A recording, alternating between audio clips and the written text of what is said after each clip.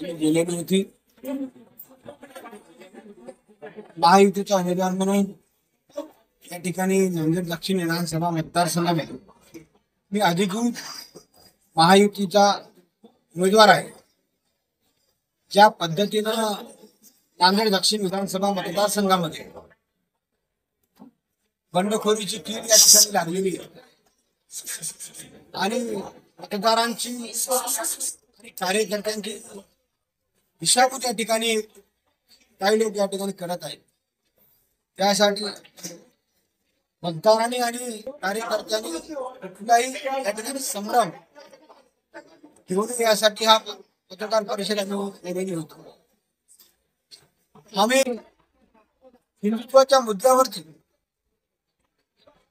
नांदेड दक्षिण विधानसभा मतदारसंघामध्ये काम करत आहोत।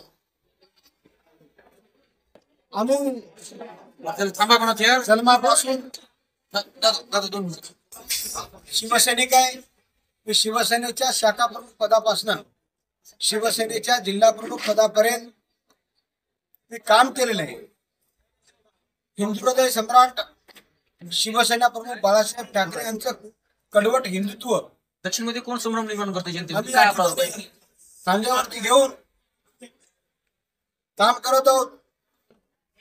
आणि काही लोक काही दिवसापूर्वी कुठल्या सेक्युलर पक्षामध्ये होते आणि आता आम्ही हिंदुत्वाच्या मुद्द्यावरती लढत आहोत असा वाहवाह करत आहेत।